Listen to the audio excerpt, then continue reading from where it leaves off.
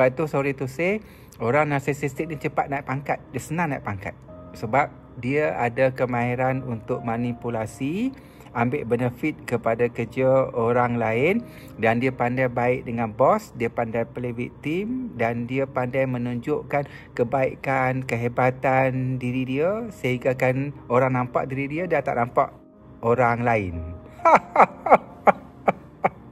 Ya, tetapi orang yang berhadapan orang narcissistic ni, sorry to say, emosi awak down, psychological awak rosak, awak rasa rendah diri, awak rasa tak berguna, mood awak hilang.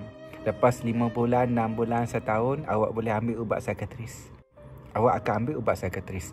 Sebab awak akan mimpi ngeri, mood awak hilang, menangis tiba-tiba, malam-malam rasa nak menjerit, rasa tak nak pergi kerja, rasa takut menggeletar tangan, dapat anxiety dan sebagainya.